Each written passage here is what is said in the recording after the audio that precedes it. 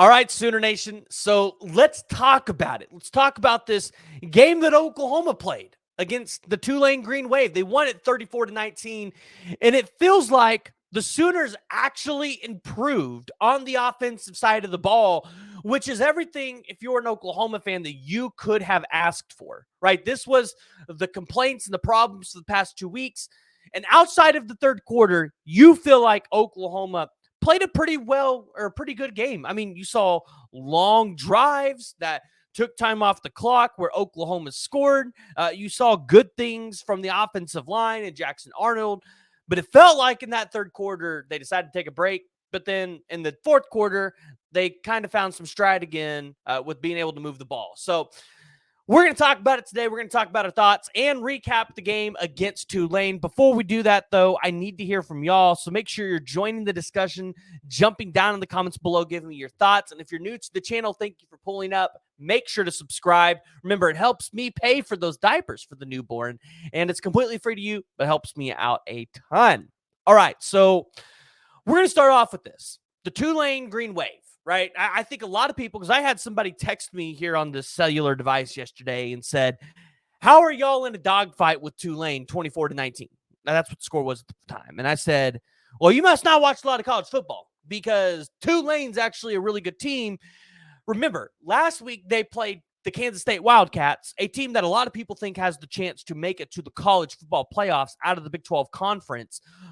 You watched Kansas State this weekend blow out Arizona. Kansas State's a very good team. They took Arizona down to the wire, and if it wasn't for some late-time calls that you felt, were against Tulane that could have went Tulane's way and a late-time pick, Tulane wins that game against Kansas State, and they're coming into Norman 2-0 with a lot more confidence. So, and the thing is, they wanted to bounce back in this game. They wanted to bounce back against Oklahoma in Norman.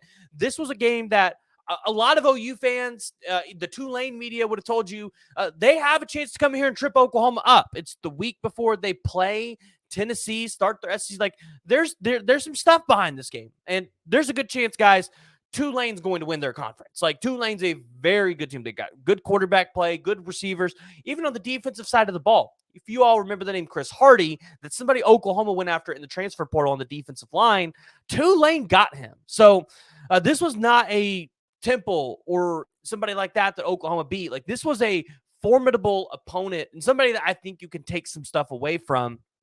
And so you look at the 34-19 win, and if you tell me, hey, Oklahoma's going to cover, they win 34-19, I would have told you that was a solid performance from Oklahoma. If you would have told me the offense is only going to allow, 13 points yesterday? 13 points, because the fourth quarter they got a touchdown, but then didn't get the 2-point conversion, I would have been ecstatic because I would have felt like Tulane could have scored at least 20 on Oklahoma offensively. So Oklahoma did pretty well defensively, which for some reason, there was some guy on Twitter that was trying to make the argument that Oklahoma's defense is not very good.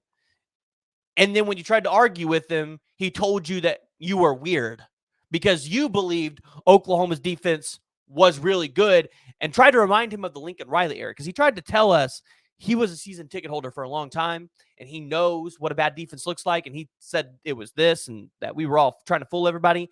That's not it. The Oklahoma defense is one of the best in the country. And I truly believe like they're going to go out next week against Tennessee and they're going to show everybody what they are. Like they only allowed 3.9 yards per play against Tulane. So 2024 defensive stats, thanks to Tunnel Sooners for putting this out over there on Twitter. Oklahoma is only allowing 9.3 points per game.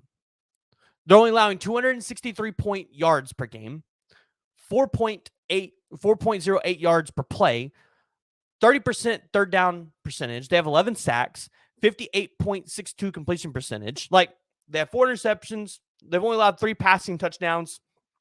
They're only allowing 2.1 yards per carry on the ground. They've had 6 fumble recoveries. This defense is a defense that can win you a national championship. This defense can get Oklahoma there.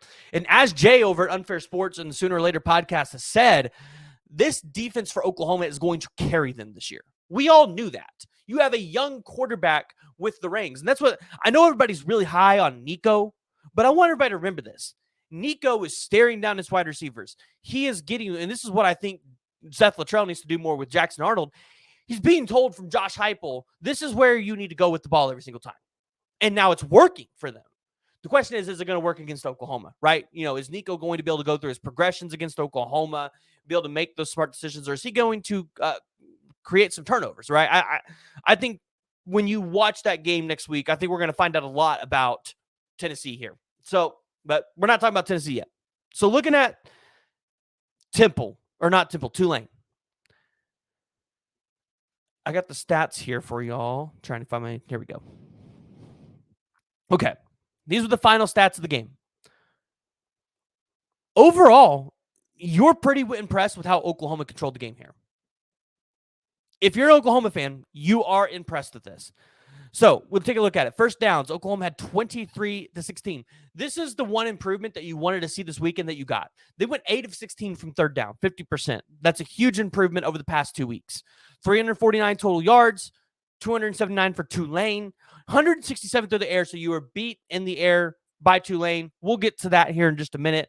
Rushing wise, Oklahoma had another good day, almost 200-yard rushing, 182 versus 106, which actually talking to my mom about it on the way back from the game. She said, this feels like one of the better rushing games that we have had in a while because, well, the QB run game is just so good. You look at it, penalties, Oklahoma had 6 penalties for 45 yards. You obviously want to see that get cleaned up a little bit. 2 of those were on Tarquin. I believe you do see that cleaned up. So if you get that down to 4, that's not bad. But Oklahoma controlled the time possession, 31 minutes to Tulane's 28.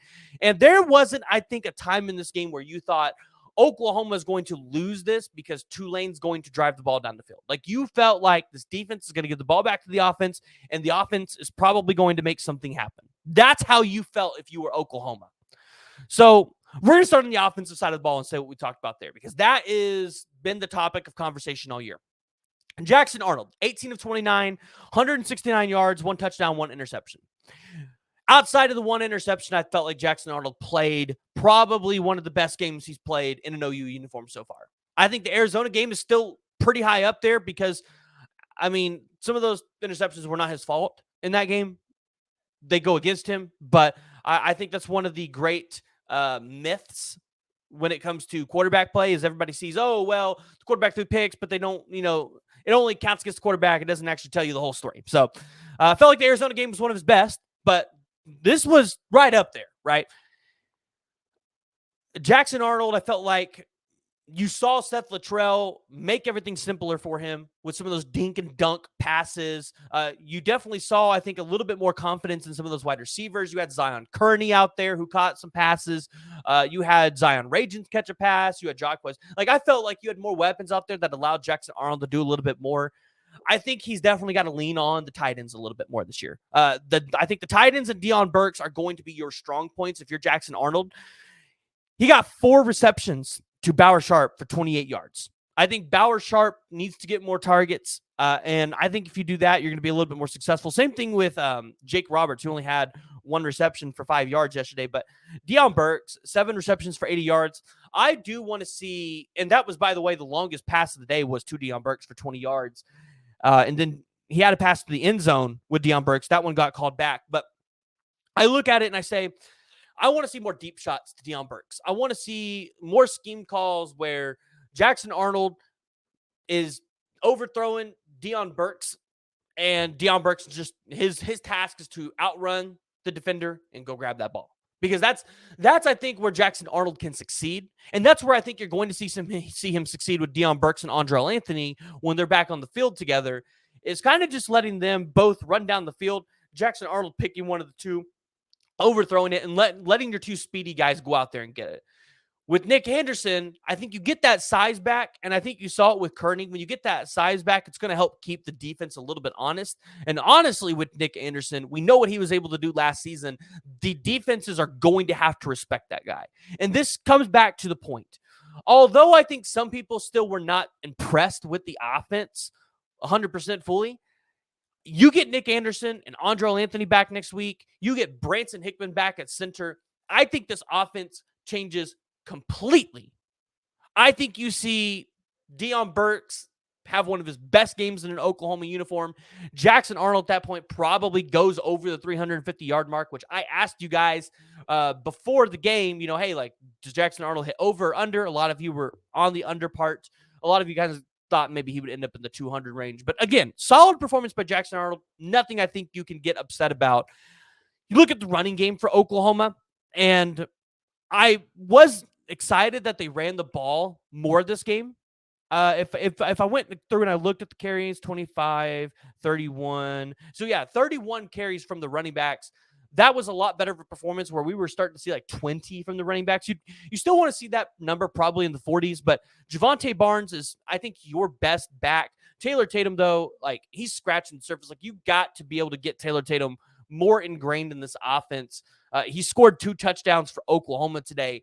Taylor Tatum is going to be one of your best offensive pieces outside of Deion Burks. I think every Oklahoma fan this week found that out. And again, I think that's a solid takeaway that you can take away from this. Now, looking at the offensive line, I felt like the offensive line played a pretty good game today up until the fourth quarter and the third quarter. Halfway through the third quarter and into the fourth quarter, where it felt like maybe they were worn down a little bit. But you saw Tarquin have those couple of mistakes where he was just not lined up on the line, and so he got those 2 penalties against him. That's going to get cleaned up. But Tarquin and Fabechi Wewu were your 2 best offensive linemen this week. Sexton, he got moved back over to left tackle. So those 3 guys, I think, are solidified in this offense, on this offensive line. I don't think they move. The question is, going into the Tennessee game, who plays center, and then who plays left guard? I think Heath Ozina is your best option. I think we've talked about that all spring, all summer, all throughout the fall camp. Heath Ozina is probably your best option at left guard. Troy Everett will be back. I would rather see him as a backup center, but I get it. You got Josh Bates. He's played well. Maybe you can run Troy Everett over to the guard. He might be a little small to play there, but it's going to be interesting to see how Bill Bedenbaugh is going to tinker this offensive line. If you have Branson Hickman and Heath Ozina together as your center and your left guard, I think this offensive line comes together and I think has a chance to really start to show everybody, like, they're not this terrible, poor offensive line that everybody has made them out to be. This offensive line, in terms of pass blocking grades, I feel like they grade out pretty well when you get some consistency there. And that's the thing at this point. At this point, you're just wanting to see Oklahoma get some consistency on this offensive line. I think they're going to get it. I really do. So, offensively for Oklahoma, you take away the third quarter, they played pretty well. I mean, pretty well there. You look at the third quarter, I think there's some takeaway points there. Felt like they just came out of halftime a little sluggish. But this is where we got to go to the defense, man. Like, the defense, again, they hold their own. They're going to be to carry this team. And I asked you guys on YouTube in the community tab last night, who was your MVP of the game? And I gave you some options. I gave you Danny Stutzman, Robert Spears-Jennings. I gave you R. Mason Thomas and Jackson Arnold.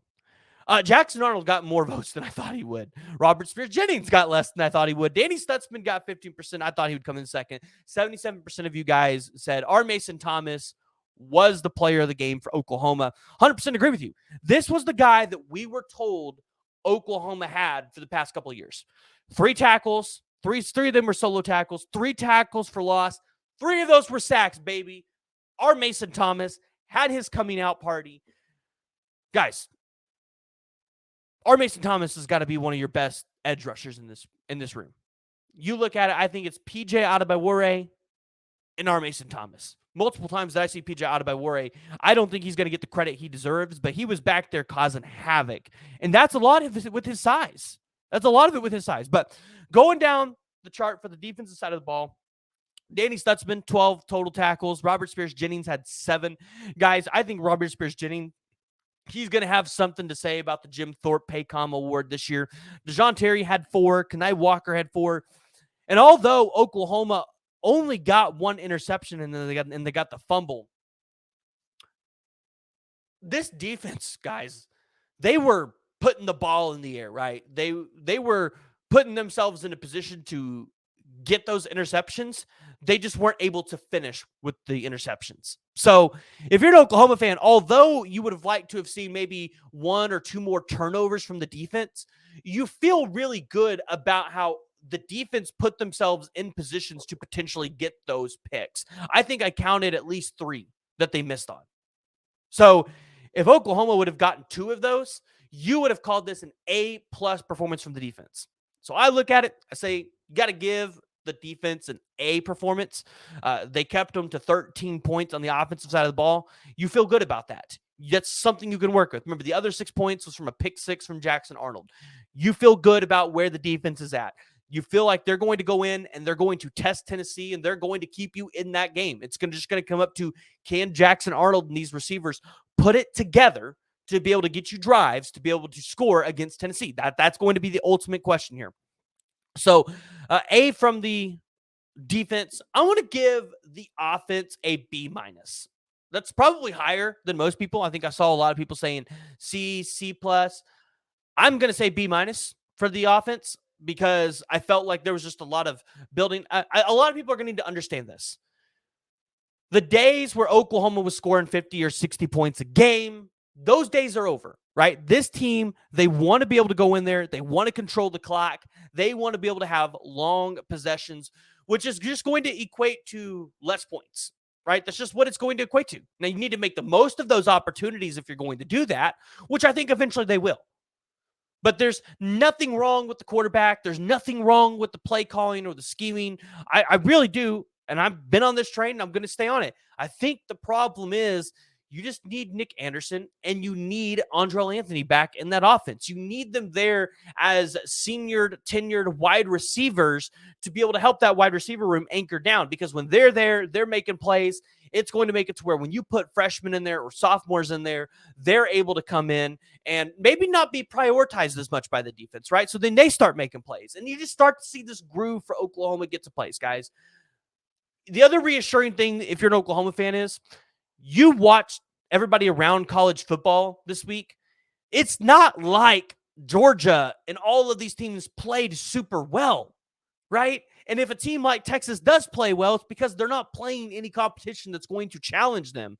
Now, Oklahoma, the first 2 weeks, played competition that shouldn't have challenged them, that did. The Tulane game should have challenged them, and it did. But you look at teams like Texas and teams like that, like they're not playing teams that challenge them yet and make them find, like, I promise you, there are holes in that team that just have not been exposed yet. Georgia, they got exposed, and some of those holes got exposed against Kentucky. So if you're an Oklahoma fan, you feel good about watching college football and knowing an LSU team who a lot of people thought that offensive line was a Joe Moore Award offensive line, one of the best in the country. They struggled against South Carolina, and they've been struggling all season, right? That should make you feel good because it means other teams haven't figured it out either, and that means you have time. So if you're an Oklahoma fan, let me know what you guys' thoughts are from this game. I feel pretty confident coming away from this game knowing the offense improved and the defense continued to show us that they can be just as dominant as they were against 2 lesser opponents. So if you guys haven't already and you made it this far, make sure you hit that like, hit that subscribe button. If you guys are listening to this on any of the podcast platforms, make sure you guys give us 5 stars and leave us a review. But until next time, Boomer.